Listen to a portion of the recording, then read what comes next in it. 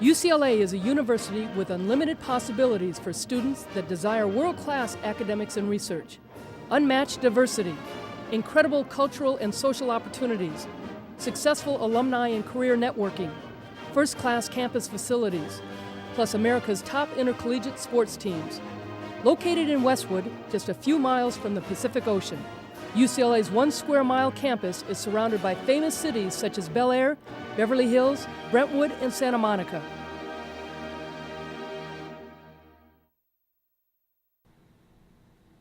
Hi everybody, and welcome to Westwood. This is UCLA Bruin Talk. My name is Dave Marcus, joined as always by Naomi Manea. Today we're going to feature spring sports on the agenda. Yeah, I know it's just the holidays, but we're going to look ahead on the calendar. We'll visit with representatives from men's golf and volleyball on today's show. Before we meet our first guest, let's take a look at this week's upcoming events.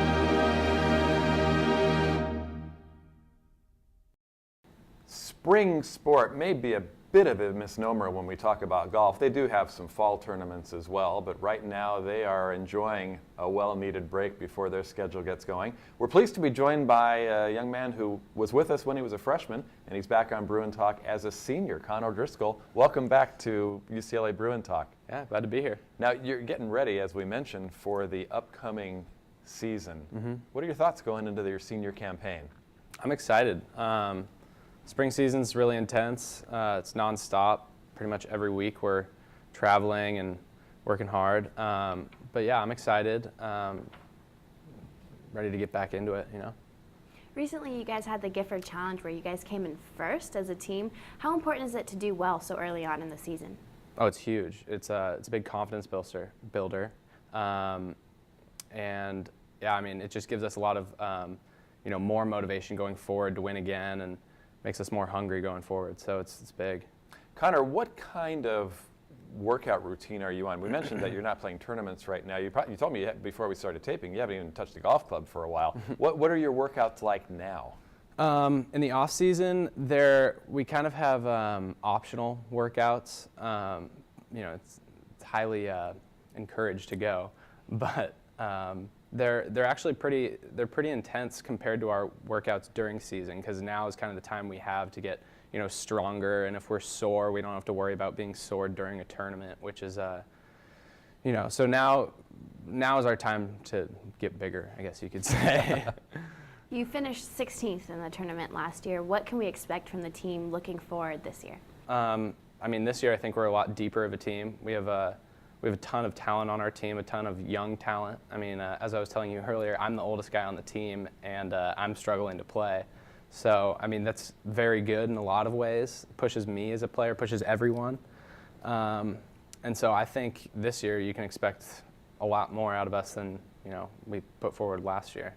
We mentioned that you joined us as a freshman on the Bruin Talk show. Glad to have you back as a senior. Yeah. What's been the experience like at UCLA? It's been great. I've learned a lot about myself and about myself as a golfer, about myself as a person, and what makes me work, what motivates me. And so, I mean, yeah, the experience here has been great, and I wouldn't have traded it for anything else. We should mention that in addition to being a fine golfer, you're also a very good student on the director's honor roll. Academics and golf Two time-consuming things at UCLA. Yeah. How do you mix them? I don't know. I mean, especially in season, we have no time, especially during spring season, I should say. I'm pretty sure we travel more than any other team, maybe us in baseball. I know baseball travels a lot too. So it's tough, but you know, school's really important to me, and so I just try to find all the time I can to spend studying, reading, just doing whatever I can. And honestly, I don't have much of a social life during season, but you know, that's how it goes, being a collegiate athlete. As a senior on the team, leadership is always important. How are you a leader to your underclassmen? I just try to stay positive. It's tough being in a sport where, you know, it's a grind every week, traveling. It's easy to get burnt out, and so I just try to stay positive and encourage the guys, especially the young guys, and just kind of try to be a role model. Always be on time, always give 100% at everything I do. So it's basically all you can do. We talked about your workout, and I'm intrigued by this because for years, golfers didn't lift weights. Mm-hmm. It was thought that it would reduce flexibility. Right. But you do have a weight routine now. Right. Tell us about the kind of workouts you do away from the golf course. Right. Well, we lift pretty much twice a week, and we do cardio-ish stuff twice a week.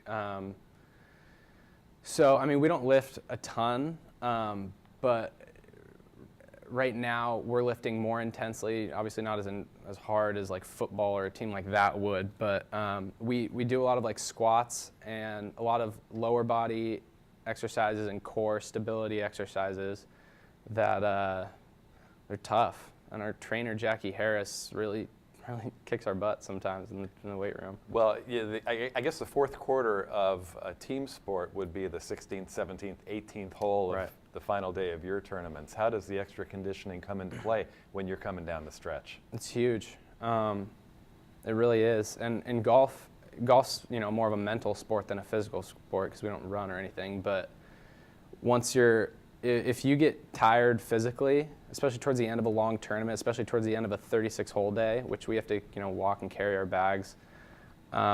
If you get physically tired, you're mentally done. So it's huge being in good shape and being able to last those last few holes because then, you know, you can mentally focus and, you know, be there when you need to be there. Is there any way that you practice the mental focus? Is there any way that you work on your mental strength, I guess I could say? Me personally, I find that just, you know, experience playing in tournaments, that's kind of enough practice. I know that there are people out there. I know Tiger Woods, in his training, especially growing up, he used to do mental exercises. I actually worked with his sports psychologist a couple times, so that's how I know this. But yeah, so I know he does specific focusing and like breathing techniques to keep him in the present, I guess you could call it. But yeah, me personally, I find that difficult for me to do. So It's a remarkable talent that golfers of your elite level have to forget the bad shot you hit 3 holes ago. Mm-hmm. How do you get something like that out of your mind? it's tough. Sometimes it's harder than others. I guess in golf you just learn to realize that you're not perfect, and golf is not a game of perfect. So as you play it more and you become more knowledgeable about the game and how it works, you just realize that, focusing on a bad shot it's going to do you more harm than good. So you might as well just forget about it and focus all your attention and effort on your next shot and try to make it the best shot you can. So I think it's just, realizing that and focusing on what you can control. It's a relatively limited roster that you have, Right. only 9 on the team, and you're traveling, spending a lot of time with the guys. Camaraderie becomes very important. Right, yeah, it does. Traveling together all the time and always being around each other at practice and workouts, it becomes very important for team chemistry and to not get burnt out being around those guys all the time, to get along not get at each other's throats as much as possible, which becomes tough at times, but every team has to deal with that. One of the unique attributes of being a college golfer is that you are in a team atmosphere, and things like the bus rides and the flights and the meals together become very important. What are some of your most memorable trips as a member of the UCLA golf team? Oh man. Obviously, the one NCAA event I played in was a great memory. We didn't play that great, but it was cool just being there and being a part of it and competing. But honestly, every tournament that we've won that I've been at has been a really good memory. I just know that there's just something about the environment and the team in those events that we win, leading up to it in the bus rides. We're all just kind of getting along really well and excited. We have this excited energy around us. I don't really know what creates that, but yeah, I mean, it's just every tournament we've won, we've just had that vibe around us that's awesome.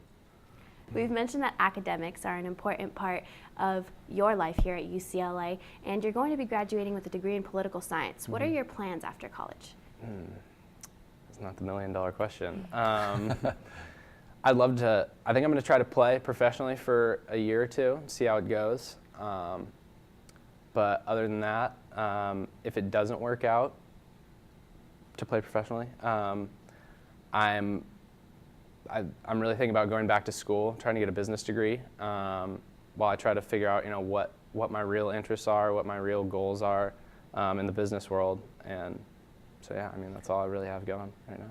We talk about playing professionally. It's a lonely existence when you start. I mean, the players on the nationwide tour, you see the big break show, people are trying to get that entree into the PGA Tour.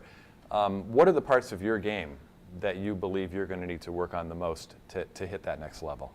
Short game. That's it. I mean, inside 100 yards on the putting green, that's where it is. I mean, everyone on my team, a lot of the kids in college golf strike the ball from tee to green as well as most tour pros. But the difference between us and those guys out there on the PGA and Nationwide Tour is inside of 100 yards, they are deadly. They get it up and in almost every time, and that's the only difference, really. Well, one thing, UCLA has a practice facility on campus. You can work on your short game on campus, which wasn't true in the past. Right. Yeah, no, that's huge. We got that little putting green and chipping area, and we can hit golf balls out onto the field. So that's nice. I mean, you can't hit every shot there, but it's definitely a lot better than it used to be in the past. Oh, the way I swing, I could hit every shot. Connor, best of luck. Thanks for coming in and joining us again. It's been great checking up on your career, and we wish you the best of luck. Yeah, thanks a lot. We'll come back with more UCLA Bruin Talk right after this brief public service announcement.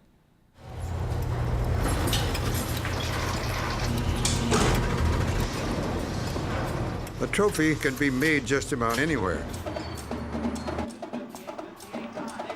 But there's one place where champions are made.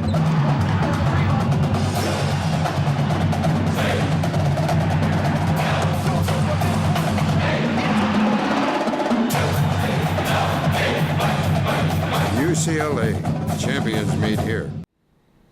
Welcome back to Bruin Talk. Before we meet our next guests, let's take a look at this week's Athlete of the Week. This week, we honor Dicey McGraw of the women's volleyball team as our Student Athlete of the Week. Dicey has posted an astonishing 77 kills in the past 4 games, tying her career high of 24 in one game against Oregon. In addition to her effort on the court, Dicey has performed well in the classroom, being named to the first-team All-Pac-10 Conference academic team. Dicey's leadership has led the team to 21-8 overall and 11-7 conference regular season finishes. Ranked 9th nationally by the AVCA, the Bruins now look to Texas to compete in the first and second rounds of NC2A tournament play. Congratulations, Dicey, and good luck to the rest of the team. If you would like additional information about UCLA athletics, please visit our website at www.uclabruins.com. And it's a timely time to talk about Dicey McGraw and the UCLA women's volleyball team, because we are joined not only by women's volleyball, but men's volleyball, 2 wildly successful programs on the Westwood campus. An interesting contrast of the old and the new. As a new head coach for women's volleyball, and the established head coach Al Skates for men's volleyball. We're pleased to be joined by representatives from both programs. We would like to welcome freshman Kelly Reeves, assistant volunteer coach Dan Odell, and junior Thomas Amberg of the men's volleyball team. It's nice to have people from both sides, the men's and the women's side.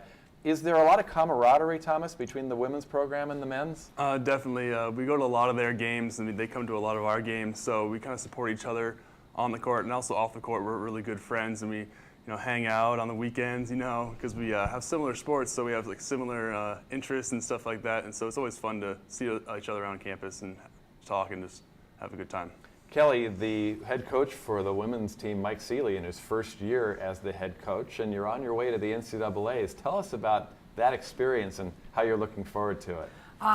As being a freshman, I'm really excited. It's my first time, and I think Mike's done a really good job so far. He's doing really well. I love him as a coach, and hopefully we can do well in this tournament. So good things for us in the future. And Dan, you got to like him as a coach because he brought you in. You played at Penn State. Now you're coaching at UCLA. Tell us what it's been like being a volunteer assistant coach. So far it's been a great experience. I actually lost to UCLA in my last match ever in my collegiate career, so it was a little tough adjusting at first to kind of wear the blue and gold, but I've definitely adjusted well. I've learned a lot from Mike, so he's a great mentor for me personally. Kelly, you're in your first year here at UCLA. Tell us about what you've learned and how you've changed so far. I've learned the big thing is like managing my time and just organizing what to do and stuff, and just kind of being on your own, like you're away from mom and dad, and you have to like make good decisions for yourself. So I've learned a ton. So. Thomas, we talked about Al Skates, 49th year at UCLA. He really is the institution around which college volleyball has been raised. Do you get a sense as you're working out day to day that you're working out with a legend? Absolutely. Since my third year in the program now, I've developed more of a camaraderie with Coach, so I get to know him on a more personal basis. Deliberate with him and kind of talk about the team more. And so in that aspect, I've noticed that he's really deserves his title as being a great coach like that, because not only has he proven himself through winning games, but he's a great individual, and he's really he's one of those guys who just loves to win, and you can really see that because the way he works us in practice and the drills he runs us through and the way he prepares for games, watching video and giving us scouting reports and making sure we have every possible ability to win every single game when we go out there. Now, you're not in season right now. You had Yes. some fall events, but you're really getting ready for your season, which is going to start in the springtime. What kind of workouts are you involved in right now? Well, our preseason schedule just ended with the SAC tournament at UCLA, but we still work out in the weight room with Coach Sowers. We get down there, we work really hard, and we can do a lot of squats, a lot of hang cleans, hang snatch. We also get out in the football field and do a lot of plyometric workouts and kind of work on our vertical and our lateral quickness, and so we can make sure that we're performing at our highest ability on the court. Dan, it's got to ramp down a little bit when you're in the middle of your season. The workouts can't be the same. What is the physical routine for the team as they get ready to travel to the NCAAs? Right now it's a lot about just getting good controlled repetitions. We're not worried about going 3 hours in the gym, jumping too much, working too hard. We kind of just want to make sure we're focusing on the skills that we need to focus on at the end of the year. So you've been through it as a player. What's the mindset going into the postseason? You lose, you're done. So you got to kind of be focused the entire time. Treat practices the way you got to treat it. Be smart and work hard on those skills you need to work on. So just you got to know you got to give it your all, or else your season's going to be over. You've had the opportunity to play overseas in Portugal. Can you tell us a little bit about that experience? It was a great experience. The culture there was very different than what I was used to, so I got to kind of immerse myself within that culture and try to act like a local while I was in Portugal. It was fun. I would go to the cafes in the morning and drink a cafe. I never drank coffee. I was never a coffee drinker, but it kind of changed me there and kind of just got used to the culture, and it was just a very relaxed, different lifestyle. So it was just a great experience all around. Kelly, we talked to Thomas about his following of the women's team. Obviously, as you guys get into the postseason, they've been following you all along. How about the men's team? Do you get a chance to watch them at all while you're in your season? Well, they don't really. I've only been to I think one game so far, but mostly we're always on the road, and we have stuff like weights and practice. We just don't have a lot of time to go watch them right now, but definitely when they're in season, I think we will all go and support them and dress up and just cheer them on and stuff. So what they do for us. So. The men's game is such a power game. Can you learn things watching the men play? Oh yeah, definitely. The men, they're way more explosive than girls. Like they get up, like their verticals are insane, and they hit the ball like 10 times harder than us. So it's actually kind of cool to watch them play because like they have really good techniques and they're just so explosive, and I like watching them play. So yeah. Thomas, everybody on the team is important in the game of volleyball. You have to rely on everybody around you during the game. What's it like when one of your teammates has an off day? How do you get around that? Well, it's pretty it's difficult when someone has an off day, but you really just have to try to pick them up because you can't sub people in, like mad every single time. So sometimes you got to rely on a player. Just you make sure that that everyone supports them and that you just get behind them and make sure that they know that the whole team is behind them and they're not on their own out there on the court. Just so when they know that, then they can start to turn it around and hopefully play better and help us win a game. Kelly, your team has had some big matches, some real pressure-filled matches this year, and some, a roller coaster of results. What's your mindset as you look forward to going to Texas for the NCAAs? Just treat it like every other game. It's just volleyball. We just have to go out there and just be fired up and just excited to play and just go after it. I mean, we have nothing to lose, and Texas is a great team, and hopefully we can handle them. And they're big, but I mean, so are we, kind of in a way where we just got to get on it quick and just play Bruin volleyball. So yeah. Dan, when you scout a possible opponent, Texas would be your second round match. Mm-hmm. What are you relying on? You getting tape? You getting film from all over the country? Do you see them play in other matches? Yeah, we get a lot of film on them from their previous matches, so we rely a lot on that, and then we can use kind of their box scores or that stuff to kind of make sure that which lineup they're still using versus if we get a film from the beginning of the year, things change a lot during the season, so kind of get a little mix from throughout the season and just use that to try to create any advantage we possibly can. I've spoken a lot about Mike Seeley being in his first year. He's had great results here, and Al Skates in his 49th year. Is there any interplay between the coaching staffs of the men's and the women's programs? There's a little bit. I mean, Mike coached a little bit with Al when he started to get in coaching, and Mike also played for Al, so they've obviously known each other for a long time, and within the office environment it can be fun and joking every now and then, so it's fun. Thomas, it's always important I'm sure for the team chemistry, for the upperclassmen to help the underclassmen. How are you a leader? Well, on the court, I like to focus a lot on blocking, and Coach Skates asked me to do this for one of our new freshmen, Rob Page, who came in from New York. He's one of our new outside hitters, and he's really having some trouble right now helping with the middle when we're blocking. And so one of the Coach Skates put on me to help him every single time the middle comes in for the hit to make sure he stays next to me and helps block with me. So every time he doesn't do it, I'm allowed to yell at him right during practice, and I kind of enjoy that. But yeah, as far as that goes, I mean, you just got to make sure these new guys understand what it takes to be a champion and make sure they have the work ethic to get us to that national championship game and help us win. So as far as that goes, that's what you got to do. Thomas, Kelly talked about the fact that the guys dress up and they raise a racket. They're more entertaining sometimes to watch the guys in the stands than what. But when you go to the women's matches, the ball stays in the air longer. There's more technique. Can you learn a lot watching the women play? Watching the women play it's an interesting experience because it's a much more defensive game. There's a lot more digs. There's a lot more longer rallies. So from that aspect, I mean, from their positioning on the court, you can see how, especially Lainey, she gets into the seams really well and digs the ball pretty much every single time. She's one of the best liberos in the Pac-10, and so just watching that, playing defense is really good. And as far as just the tenacity that they play with and how they always go after the ball every single time, and I just kind of enjoy watching that part of the game. Dan, how did you decide that you wanted to get into coaching? I was working as an IT consultant actually immediately after college, so I was doing that, and it was only so. I didn't love it, I didn't hate it, but it was just kind of like a job. And then I actually got laid off, so that actually gave me the opportunity to get back into volleyball. So I started training with the USA team for a few months, and then that allowed me to get the contract over in Portugal. So I kind of got back into the sport, which was nice. And when I was coming back from Portugal, wasn't really sure what I was going to do, so I gave Joy a call, who's the assistant coach here. She invited me to come coach with her at Mizzou Long Beach, and I really enjoyed it. So then she introduced me to Mike. Mike asked me to come onto the staff here. And then throughout this season, I've just kind of slowly really enjoyed what I'm doing. And I kind of figure I have a great passion for volleyball, so it's kind of something now that I kind of see myself doing down the road. From a coach's perspective, contrast the men's game and the women's game. From coaching standpoint, I really enjoy the technical skills with the women's game.